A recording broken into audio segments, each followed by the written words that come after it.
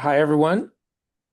Welcome. This is our latest data launch on back surgery overuse, also known as low value care. I'm Vikas Saini, president of the Lown Institute, and I'm really glad to have you here for an important conversation. Those of you not familiar with the Lown Institute, we were founded over 50 years ago by Dr. Bernard Lown, and we've conducted convenings and done research for the last 13 years on this topic, academically known as low value care. We just use the shorthand of overuse. We hosted a major academic conference, probably the first on this topic in 2012. We spearheaded a Lancet series that talked about overuse and underuse worldwide. That was in 2017. And we've run a weekly newsletter where you can find the latest breaking news on this research topic. We've done that for over 10 years. Starting in 2020, we released a ranking system called the Lown Hospitals Index for Social Responsibility, which evaluates hospitals on over 50 metrics. One of those is value. And in there, we report how well hospitals avoid the overuse of 12 common low-value tests and procedures. Today, we're focusing on one of these, and that is a set of back surgery, spinal fusion, laminectomy, and vertebroplasty. Now, these procedures are often overused because low back pain is the single leading cause of disability worldwide, and there are, in fact, not that many proven therapies. Most people experience it at least once in their lives. I have, I'm sure many of us in the audience have, and most people get better with time and with conservative treatment like physical therapy.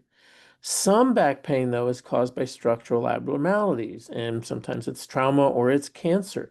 For these patients, fusions and laminectomies can be very helpful, and that's when it's appropriate.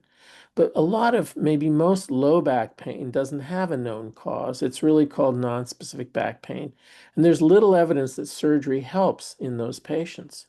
That's why some clinical guidelines recommend against using it in that setting and why researchers have previously cited surgeries like these as an indicator of overuse.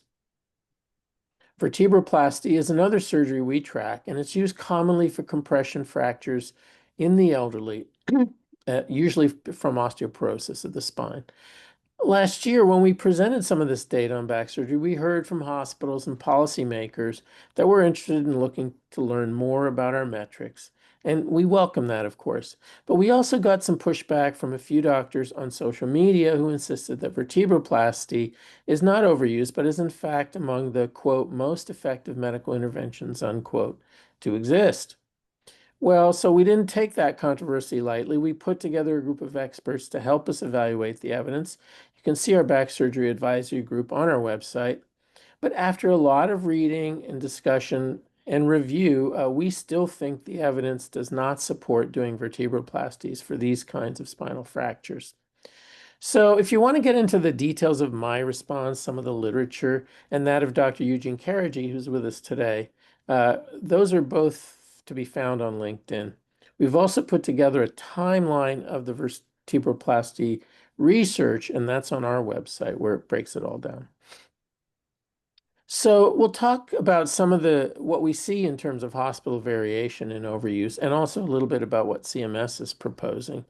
But before we dig into all of that, let's introduce our guests. First, David Auerbach is Senior Director for Research and Cost Trends at the Massachusetts Health Policy Commission. Actually, you are Dr. Auerbach, Right. are you not? Indeed. Dr. Auerbach is an expert in spending trends and cost drivers, insurance markets, primary care, and the healthcare workforce.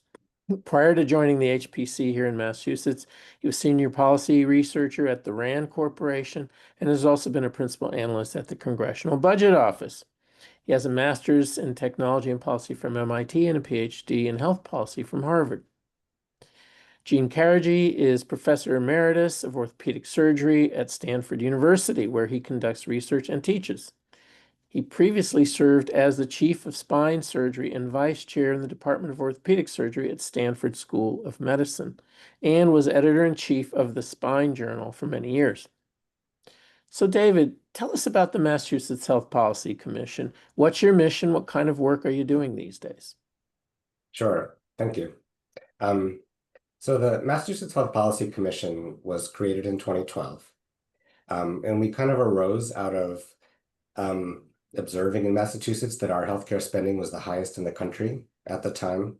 And is there something we could do about it? Because we had done a good job on tackling the problem of coverage, but not so much on costs. And so one of the main things we did that a number of states have also done now is try to set a limit on growth of spending, at least a target. We said, let's try to have healthcare spending in the state grow at no more than about the extent to which incomes grow, so we can keep healthcare at sort of a constant proportion of our income in the state. And that's called the benchmark, and the target is now 3.6%. And so some of the things we do are in my team reporting on what is driving our healthcare spending, what are the main drivers of costs, and are there areas where we can spend more wisely? We of course acknowledge that healthcare spending is going to go up for good reason, but can we get better value out of the spending that we do have and that we do incur? And so that leads us to, for example, looking at things like low value care, and are there areas where we can again do better? And we are always trying to not only limit spending growth, but also improve access and maintain quality of care for the residents of the state. Great, thanks. So we'll get into that a little bit more with you later. Gene, you've been in this field a long time. So when, if you can recall, when did you first start seeing that there was a problem particularly with back pain and low back pain surgery? Uh, as far as I could tell, it's always been there. Uh, the the uh, the original description of a laminectomy for a herniated disc was all the way back in 1934, and it was quite effective. If you took out a herniated disc with laminectomy, you relieved people's sciatica. But way before I was born, it then became used as a widespread treatment for backache and was a catastrophe. And so these false starts or application of quite effective interventions, for one thing, have spread to what Dr. Saini correctly pointed out is a near universal symptom. So it's the application of what may be quite good technology to inappropriate patients that has accelerated through time as it became more and more of a financial driver, particularly for corporate interests, corporate medicine. Great. Well, we'll definitely get into that a little bit more as well. So let's get into some of the data that we have on back surgery overuse. We looked at Medicare and Medicare Advantage claims over the course of 3 years to find out how often this occurs at U.S. hospitals.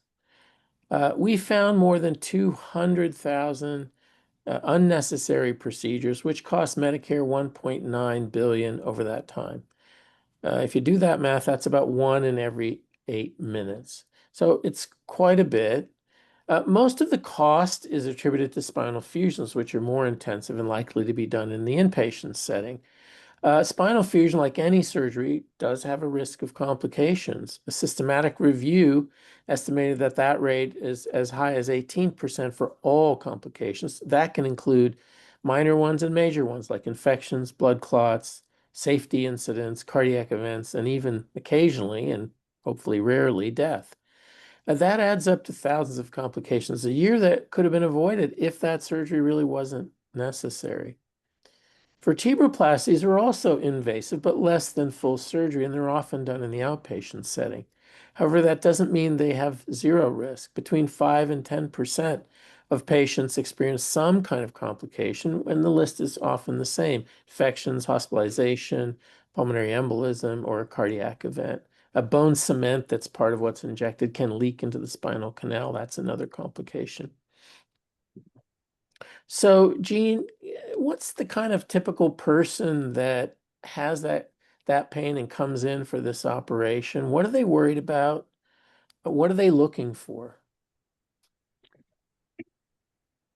But uh, frankly, in our spine center, we see a ton of patients with vertebral compression fractures who are sent by their general internists, general medical doctors, or self-referred. And most of the time, within a couple of weeks, it's not a clinical issue anymore. So the people who you end up talking to about whether to do a procedure or not are either people who are in some sort of extreme functional disability or simply have a complete intolerance to the idea that they should have this pain. and uh, uh, any conversation that starts out, if you could put a man on the moon, I don't see why I should have this back pain. That's usually a bad sign of how the clinic visit is going to go.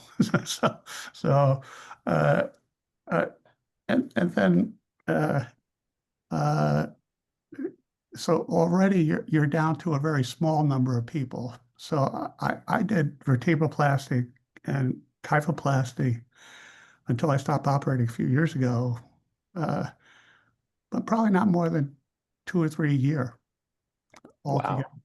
Wow. Uh, and uh, and that's seeing uh, thousands and thousands of patients. So Yeah.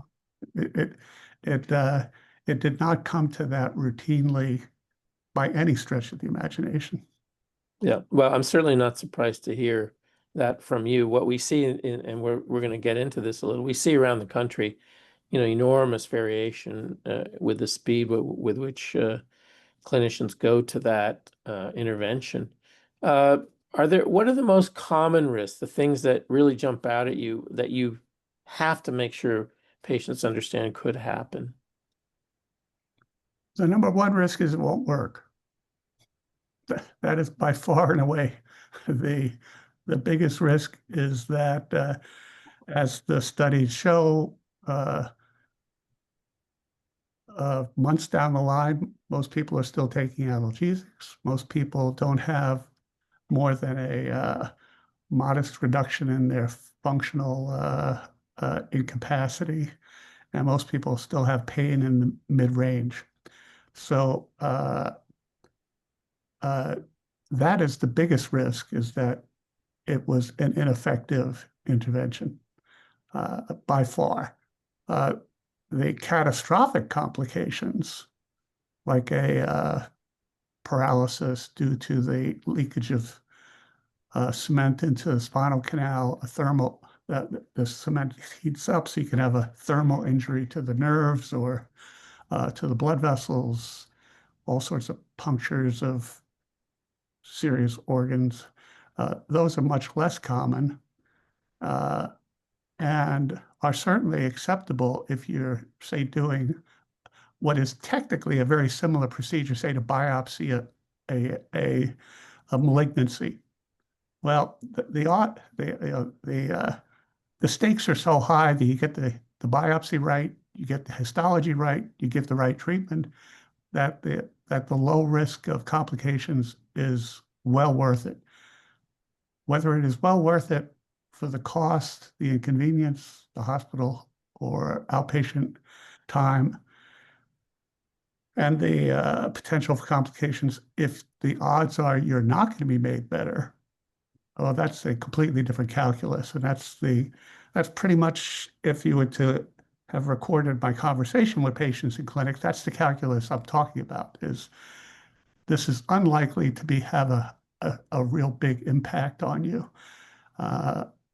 Of course, if people are completely functionally disabled, have terrible back pain, and that's not part of a general pain syndrome that they have in their lives, well, those are the people that I offered it to and often did, and sometimes had great results.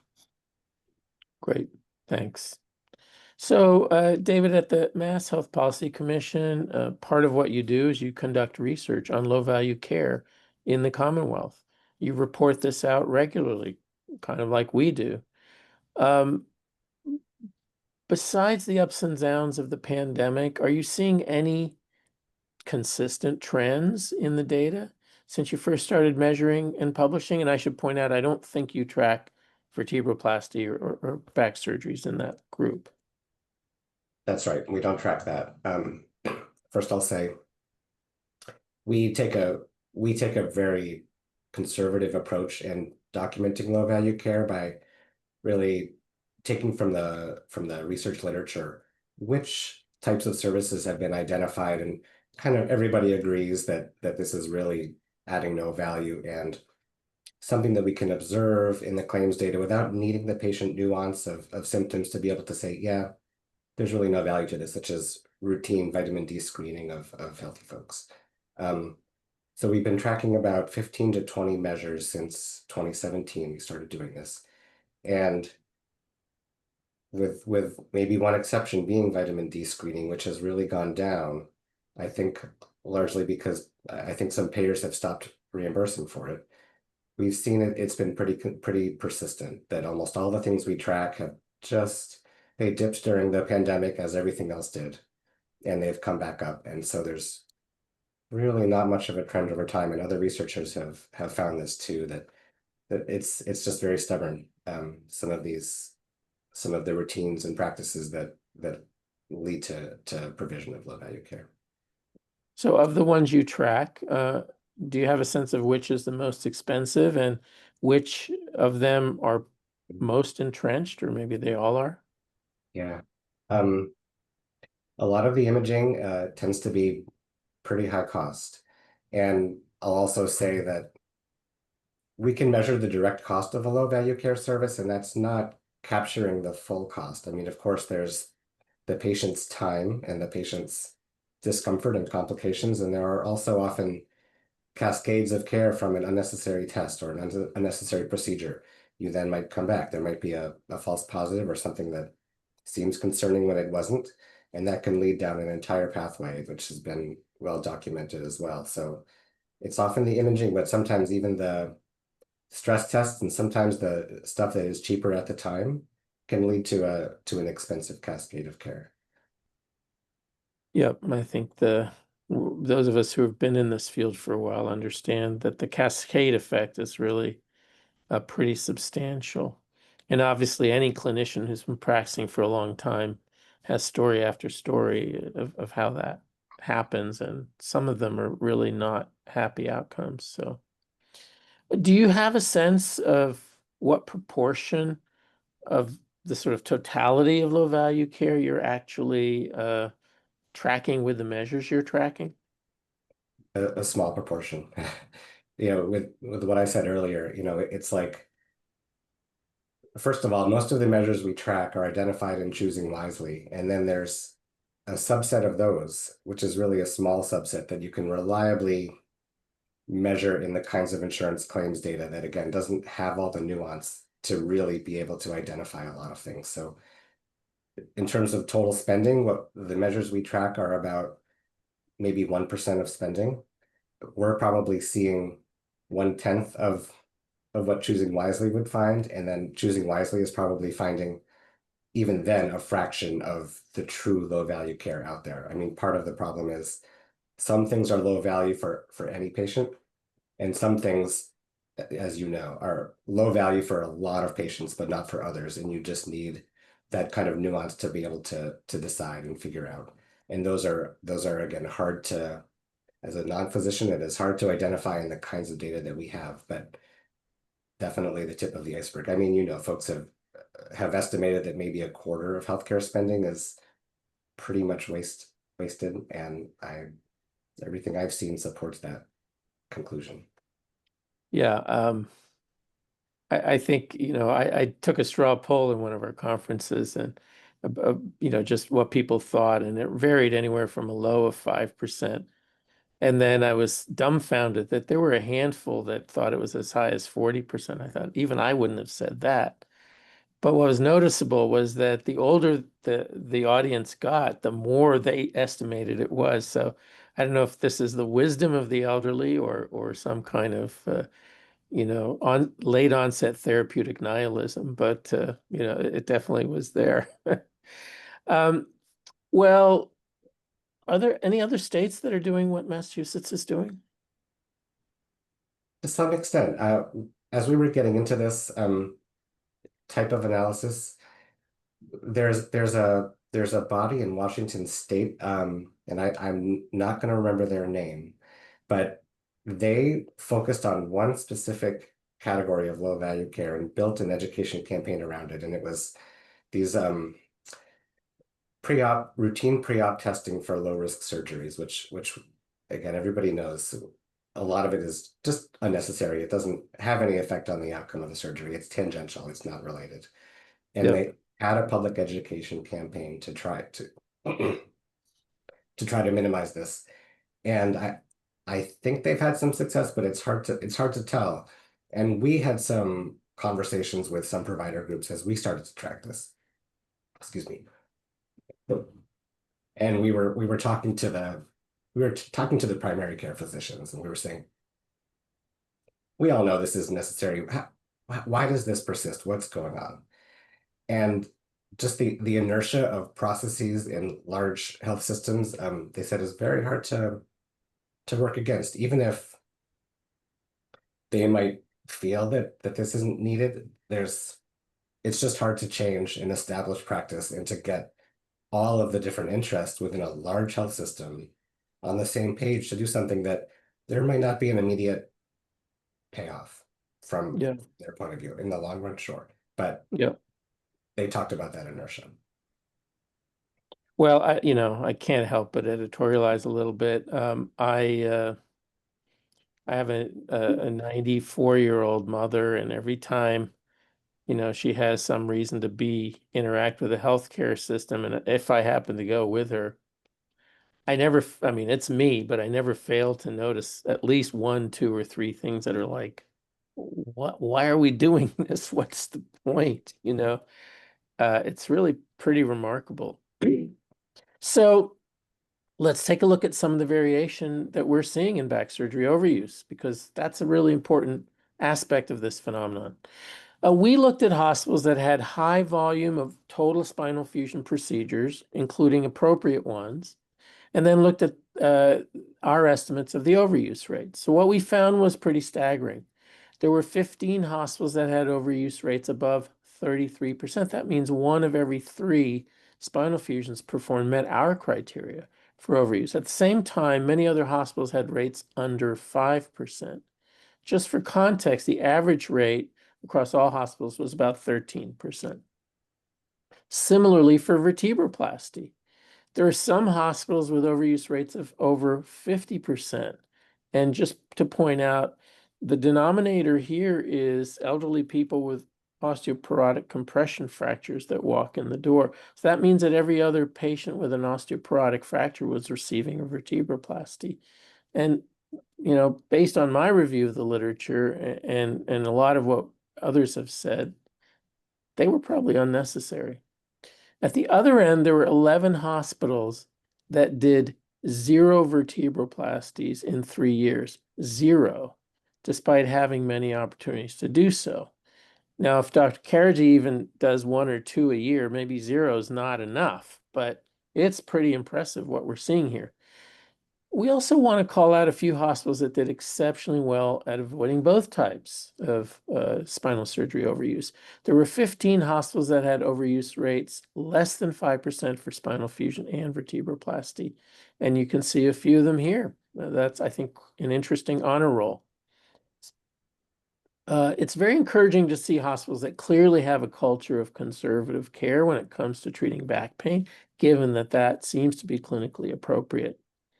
We see, as others have seen and reported, geographic differences in practice patterns and overuse. They're very common, even within the same state. So there can be big differences between hospitals. So we're showing you here, different states, both the lowest and the highest.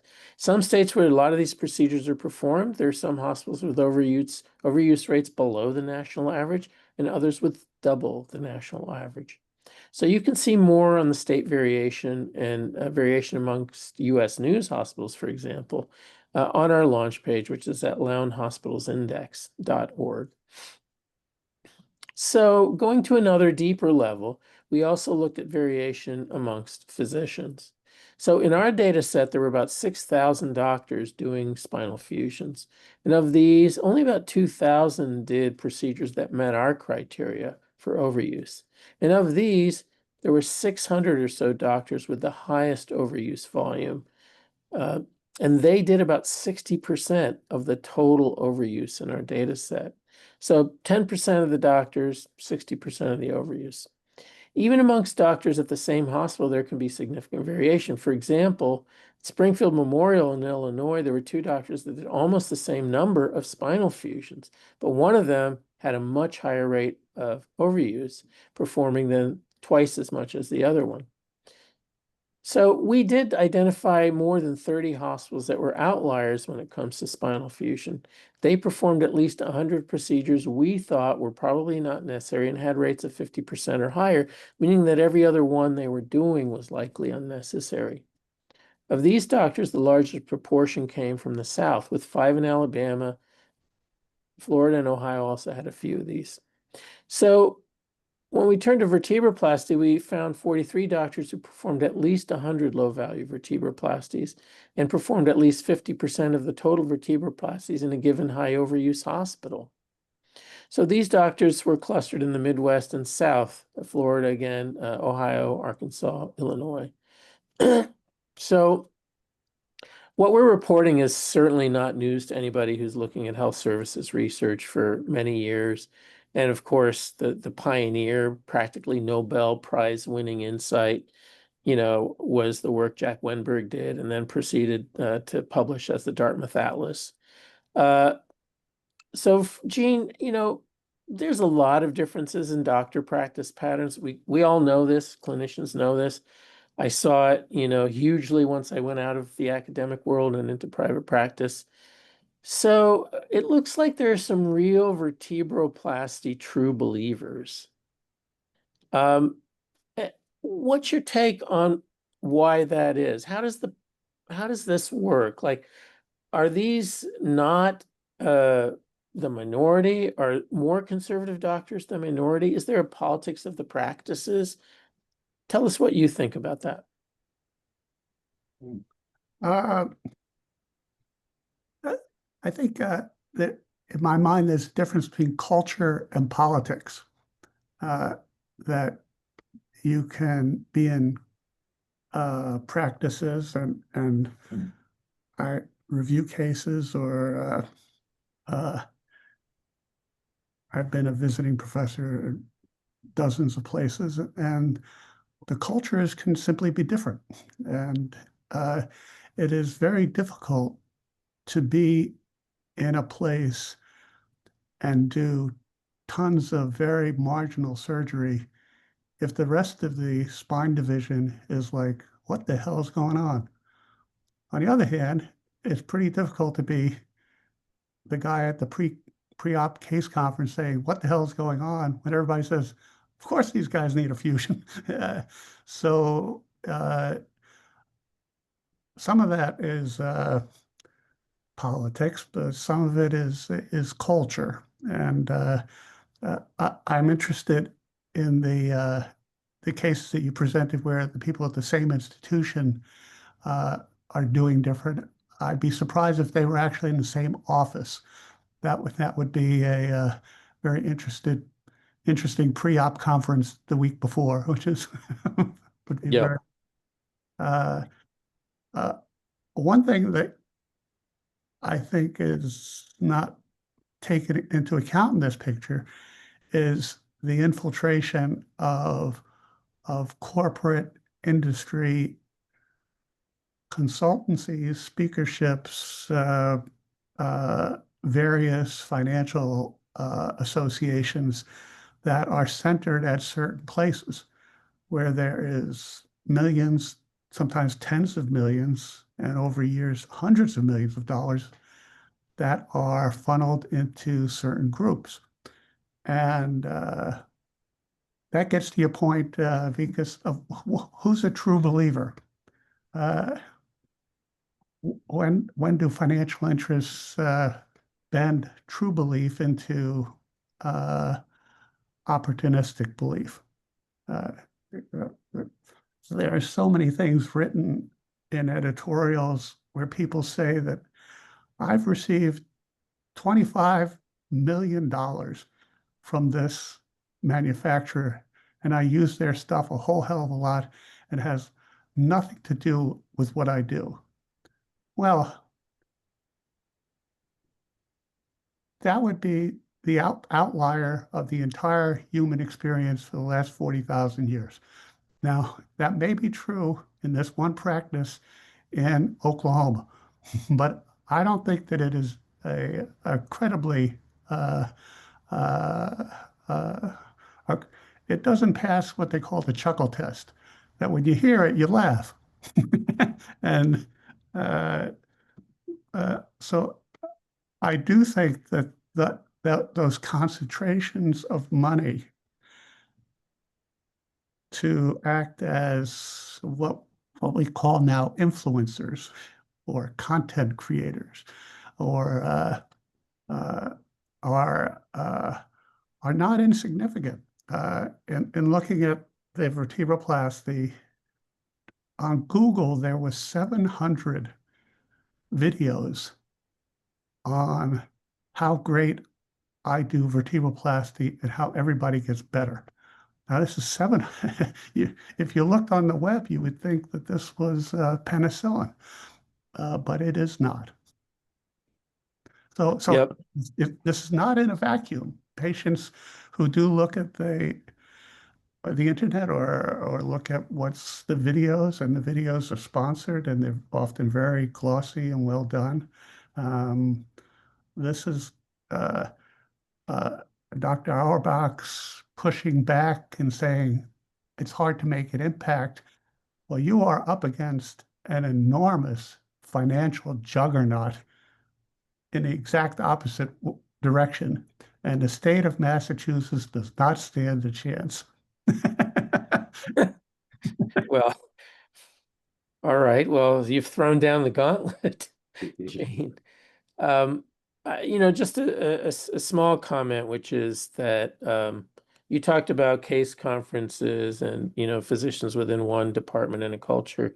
I mean, when I, ran utilization review for my primary care network, the most striking thing to me was prior to that, a lot of these practitioners were really solo or two-person practices. There really wasn't a collegial review or case discussion or anything like that. It was all about just, get the volume and get the throughput and get it done. So in some ways, there's a missing piece in a lot of places, which is that sort of more reflective peer-reviewed process that I think would go a long way. But maybe now that so many doctors are employed, maybe that's less true. And now it's really going to be more the responsibility of the employers to look at this. David, the gauntlet's thrown, but as you've, looked at this, you've looked at hospital level, you've looked at maybe physician level. What kind of conversations have you had with provider groups about what's going on? Is it just, one outlier? Is it culture? You say there hasn't been a big trend of decline, so there's some points of resistance. What are your thoughts? Yeah, there hasn't been a big trend aside from the vitamin D case that I mentioned. Um, but and I appreciate, Gene, that we are up against a lot.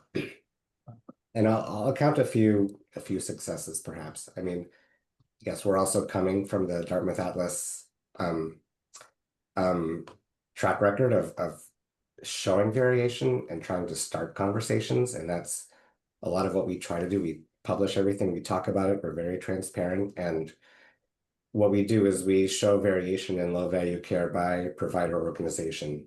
So not necessarily a hospital, but what we do is we identify patients in the claims data that are attributed to here's your primary care physician group, and then roll that up to the health system as it may be. Sometimes it's a hospital-based system, sometimes it's not, but whatever it may be. And there has been at least one case where when we show this data every year in our annual report, and there was an outlier with one of our measures. It was a spinal injection for lower back pain measure that we identified, and one provider group was really standing out, and they noticed this, and their medical director called us up and said, you know, we see this, we see what you're saying. They didn't want to be an outlier, and sure, people would love to hear this from physicians more than from us, and I completely understand that.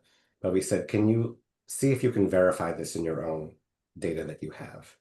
See if you see this, and they did, and what you're showing in your examples earlier, Vikas, is that they really found that there was one physician who was doing this procedure at a higher rate, and they had a conversation, and their numbers did come down. So there can be these successes, and although low value care is just one thing that we think about in the bigger sense, we've had some success. One of our authorities is when an individual provider group, well, it's the larger provider organization, has spending that exceeds our state target. We have the ability to, after a deliberative process, to put them on a performance improvement plan. And as we decide what are the criteria for that, if you have unusually high spending growth, low value care is one thing we can look at. Other factors about your organization, the level of your prices, for example, if it all points to just an outlier of a driver of costs, we have done this in one case, is implemented a performance improvement plan. And the organization did make some concessions on their prices. And I know there's a long way for prices to filter down into behavior, but as you were saying, a lot of this problem is driven by financial incentives, or at least the lack of a countervailing financial incentive. And it's difficult when care is, sometimes some services are more profitable than others, and it's hard to fight against that when you're an organization, struggling with your own revenue and cost situation, to ignore that. It's hard to ignore that. Yep. Well, we are rapidly getting through the hour. We have a number of audience questions. I'm not sure we're going to be able to answer any of them, but I'm going to just throw them out there and maybe we'll circle back and get to them. One is, to what extent is the move to outpatient and ambulatory surgery centers going to increase rates of low value back surgery? It relates to what you said, Gene, about conflicts of interest. It could. Similarly, in worker comp settings, somebody's asking about, having seen people with pain from a recent injury and then getting an imaging study that shows a vertebral fracture, but unclear if the vertebral fracture was before or after, the onset of the injury. And so it can be hard to correlate that fracture to the current pain. So that's a sort of clinical question and dilemma. And then another one, Kaiser, for example, is a closed system with salary docs. Is salary as opposed to fee for service part of the solution? But even they have overuse. And I'll just answer with my own aside that, you know, when I led the Lancet group, we looked all over the world. It kind of, you see it everywhere. It's deep in the culture, and it's true in the NHS in England. It's true in many other forms. And the payment method may add a little bit, but it's a deeper question than just payment. So we've been talking a lot about clinicians who, could do better, aren't doing the right thing. But of course, there are so many that go above and beyond for their patients and their communities every day. And so that's why we have the Bernard Lown Award for Social Responsibility, which we shorten to Blazer. These are trailblazers. So this award recognizes and uplifts young clinicians who are leaders in their field professionally and in areas of social responsibility. For example, last year's winner, Dr. Reshma Ramachandran, mobilized physicians nationwide to challenge pharmaceutical industry influence in terms of prescribing patterns and pricing and the like. So this year's Blazer Award, the nominations are open for that, and we want to hear from you. So if you can nominate a clinician that go to lowninstitute.org/award, and the winner is going to be announced next spring. So back to our regularly scheduled program. So a lot has changed in the last year. We want to talk a little bit about solutions, but in the last year, priorities at the federal level have changed quite a lot, as everybody knows. Broadly, many, if not most of these, have focused on cutting Medicaid and the consequences of that for urban, for rural hospitals, for lower income people, for everyone else. There have been concerns about vaccines, their effectiveness, a lot of controversy, a lot of doubt. Um, but when it comes to efforts to cut government spending, there has been an opportunity, a narrow one, to look at overuse a lot more closely. So, and I think the argument is pretty sound. If we can reduce services that provide little or no clinical benefit without cutting coverage for people who really need it, for stuff they really need, how's that not a win for patients and for taxpayers? So on that front, there have been some interesting developments from CMS. For example, this year, they proposed a new ambulatory specialty model, which would reward specialists for avoiding unnecessary procedures for patients with low back pain. So we don't know the details, and we'll have to look at that carefully. But this is an example of something proactive that CMS is trying to do. There's another program coming out of CMMI, the Innovation Center, which is a pilot in a few states called the WISER program, which would require prior authorization for 17 services that are known to be low value or prone to fraud. And one of those services is one we're talking about today, which is vertebroplasty. So the WISER program in particular has gotten a lot of attention, much of it negative, because it would use prior authorization, which private insurance companies have been routinely using to deny proposed treatments. And that's true both in their private commercial plans and to the extent they run a Medicare Advantage plan, it's been true there as well. So understandably, a lot of concern about prior auth. So David, as CMMI is seeing with this controversy, prior auth inevitably gets pushback from the public. But the record for other methods, like coverage determinations, is also pretty spotty. So what is the government's role? Can you set ground rules? Is there a way of setting a level playing field for this? It's a really hard question. Um, we've talked about that here, and it's from the government's point of view, it's hard to have a lot of, I would say, influence over what private insurers might do. They all have prior auth programs and they all use them a bit differently, and it certainly causes a lot of um, friction and upset among providers, especially when they all do it differently and they all target different things in different ways. And we have tried to at least have some coordination. It would be great if the different entities, payers could get on the same page and agree on what are the best wins for prior auth and where are we doing it where it's really just causing annoyances and not giving us a lot of value. And I would love for people to continue to find solutions and do prior auth better. We can't just get rid of it. I mean, it serves an important role, but it's probably not ideally targeted. So we try to help that process and support it where we can to make it work better. But in terms of, from CMS's point of view and CMMI, it's difficult in this country to, I would say, to draw that line and figure out what is the, I'm going to cover this, I'm not going to cover that. It's hard. It's hard to draw those bright lines. Yep. Well, as you might imagine, I have a lot of opinions about all this. I would like to think it's pretty informed opinion. But clearly, administrative means like this are sort of second and third best solutions. The best solution is at the point of clinical decision making. But there we have, this problem of widespread variation in practice and real lack of understanding of the evidence and also a fairly, I guess at this point I would say corrupted evidence base. I don't say that lightly because when I came out of practice, I read all these studies and I sort of took them as gospel. And, you're busy in practice. You see the headline result and you incorporate it into your practice. Since I've been here, I've started looking at, the tables, started looking at the appendices and the supplements. And that's where I see a lot of shenanigans. And it's really a shame.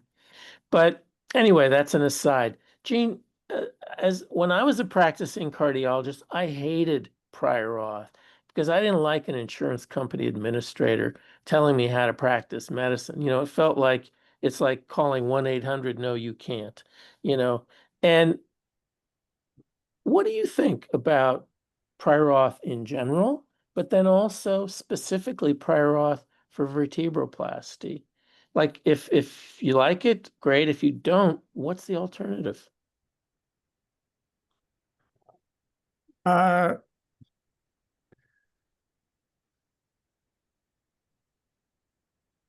Ideally, this would take virtually no time. That is, if the bona fide documentation is like the case I had discussed, someone didn't uh, get well. There's evidence that this was an acute fracture. It's focal pain. They're in a terrible functional state. They don't have a whole lot of comorbid factors, and on and on. That should be something that could be settled in minutes. Uh, we have, however, a very well publicized prior authorization boondoggles by some insurance companies where there is simply deny, delay, defer, uh, uh, and and uh,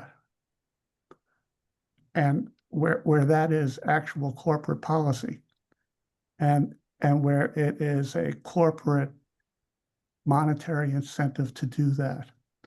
So if the appeal authority or the authority to uh, do the pre-authorization has an enormous financial incentive to make sure this is not done, the public won't be behind it, and the doctors will be frustrated, and there will be case after case emerging of someone who needed something that was obviously true.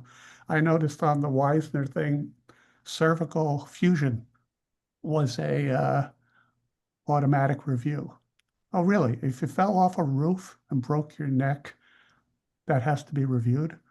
If that takes more than a 30-second input, uh, that is a broken system.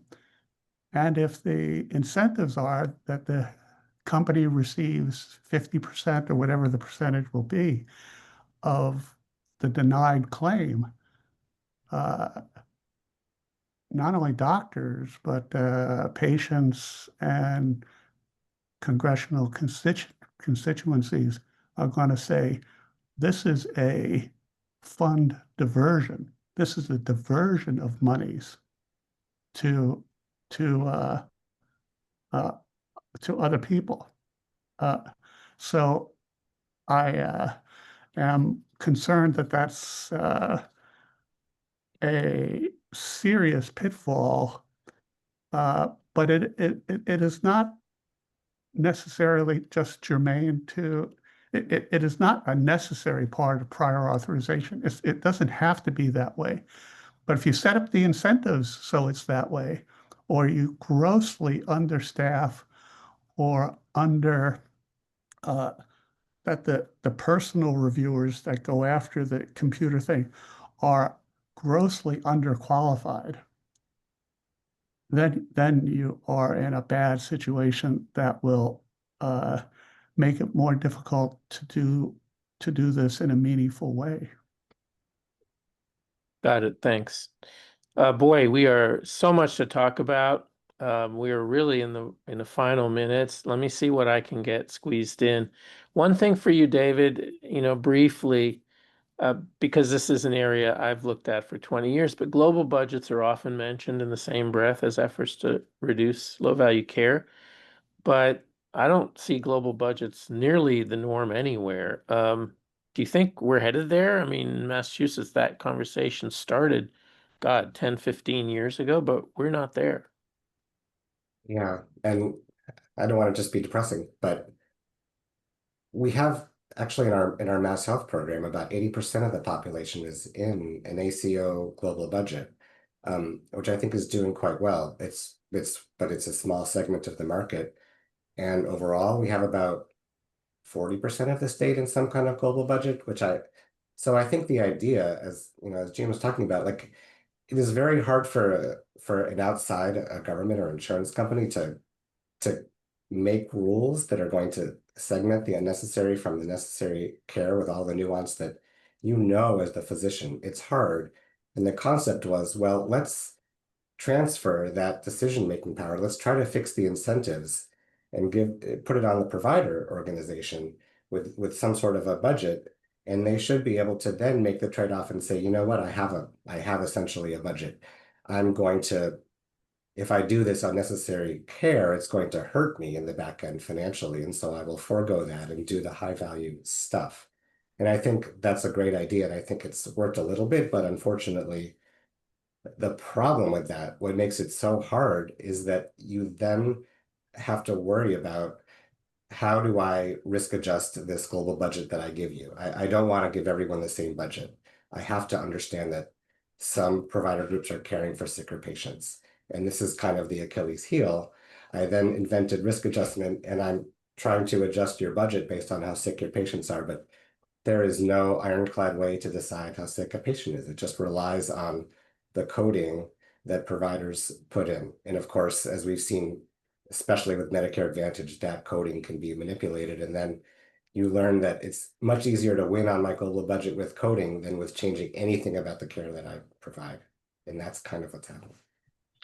Yeah, I mean, I was a firm believer, I still am in physician-driven global budget uh, practice management, but yeah, and risk adjustment, I think is a problem that can be solved, but clearly what's happened in Medicare Advantage is ridiculous. But anyway, we're almost out of time. You know, one of the things that come up repeatedly is kind of what the influences, Gene's mentioned it, what the various pathways are.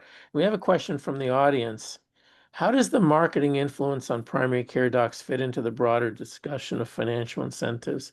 As a former ad writer working on kyphoplasty, I saw firsthand how a company, I guess it's called Kyphon, built web databases to allow primary care doctors to identify surgeons by geography and then refer patients. It was a full-scale marketing effort designed to drive overuse. Well, I think going to the primary care doc is just as good as going directly to patients. It's better in many ways.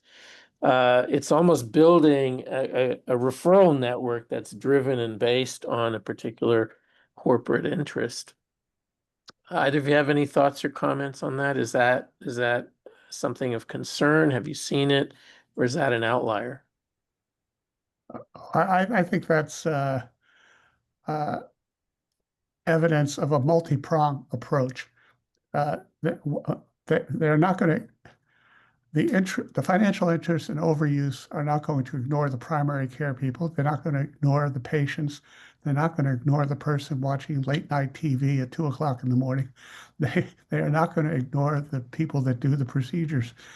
And even within departments, for years, I would get chest X-rays, just plain chest X-rays of an elderly person with pneumonitis, and in the radiology report would say compression fracture seen at T10 suggest evaluation for possible vertebral augmentation. This is in a diagnostic report.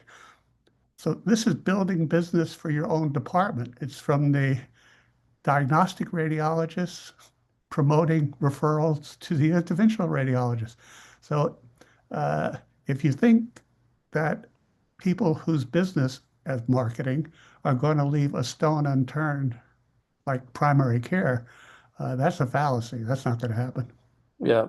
Well, David, yeah, David, I'm just going to give you 60 seconds, but I'm going to kind of lead it by saying, you know, I was involved in getting research underway for a medical device company for profit. You know, goal was to get our product in the hands of people. That's what we do.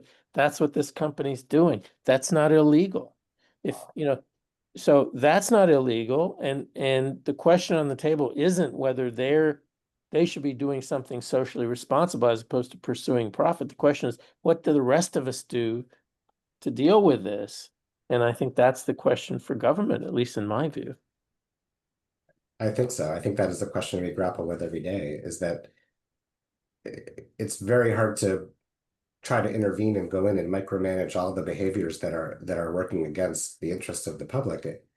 The game should be to try to make the incentives better so that it doesn't happen in the first place. And that is so hard, but that is the primary focus. That should be the primary focus, because again, you can't micromanage care to that level from the outside.